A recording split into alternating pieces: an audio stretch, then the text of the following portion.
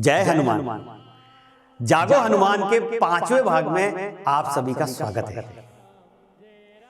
जामवंत मैं पूछहु तो ही, उचित सिखावनु दीजहु मोहि।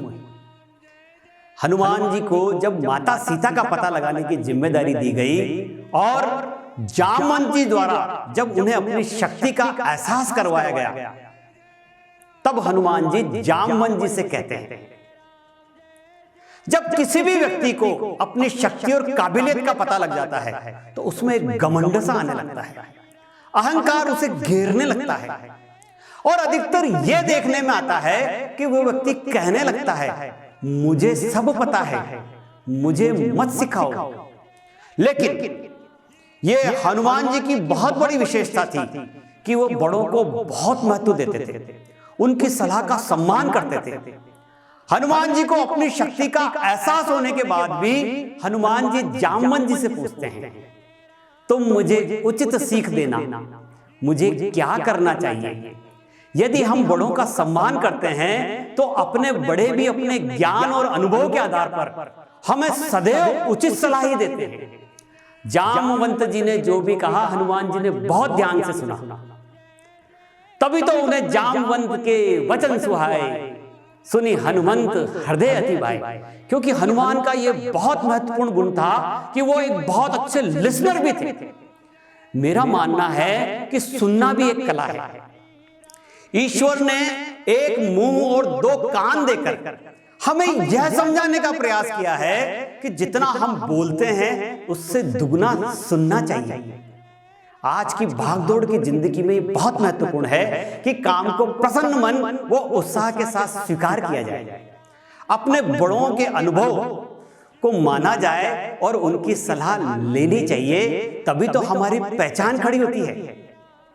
तब लागी मोहि परखे हूं तुम भाई, सही दुख कंद मूल फल खाई। हनुमान जी माता सीता की खोज के लिए जब समुद्र पार जाने लगते हैं तो उससे पहले अपने साथियों को कहते हैं, भाई तुम लोग दुख सहकर कंद मूल फल खाकर मेरी राह देखना, मैं जब तक माता सीता को देखकर लौट ना आऊं। हनुमान जी में लीडरशिप का बड़ा अद्भुत गुण था। हनुमान जी को अपनी शक्ति का आभास होने के बाद यह बात तो तय हो गई थी कि वो माता सीता का पता लगाकर ही वापस लौटेंगे।